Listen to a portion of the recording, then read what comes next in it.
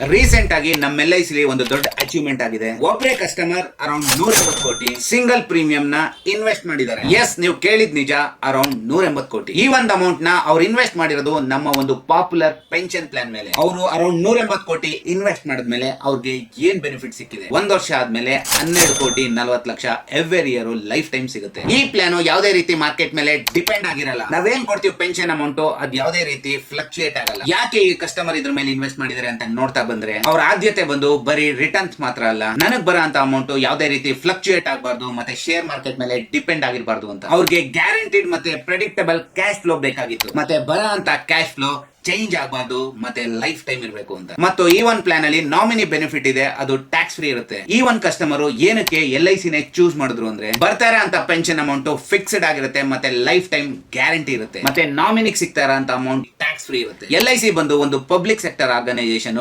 Corporate governance ಅಂದ್ರೆ best ಇರುತ್ತೆ. LIC organisation ಗೆ ಸವರನ್ ಗ್ಯಾರಂಟಿ ಇದೆ, ಅಂದ್ರೆ ಗವರ್ಮೆಂಟ್ ಗ್ಯಾರಂಟಿ ಇರುತ್ತೆ. ಇನ್ನೊಂದು ಸ್ಟ್ರಾಂಗ್ ರೀಸನ್ ಅಂದ್ರೆ LIC ಗೆ DSII ಸ್ಟೇಟಸ್ ಕೂಡ ಇದೆ, ಡೊಮೆಸ್ಟಿಕ್ ಸಿಸ್ಟಮೆಟಿಕ್ ಇಂಪಾರ್ಟೆಂಟ್ ಇನ್ಶೂರರ್ ಅಂತ.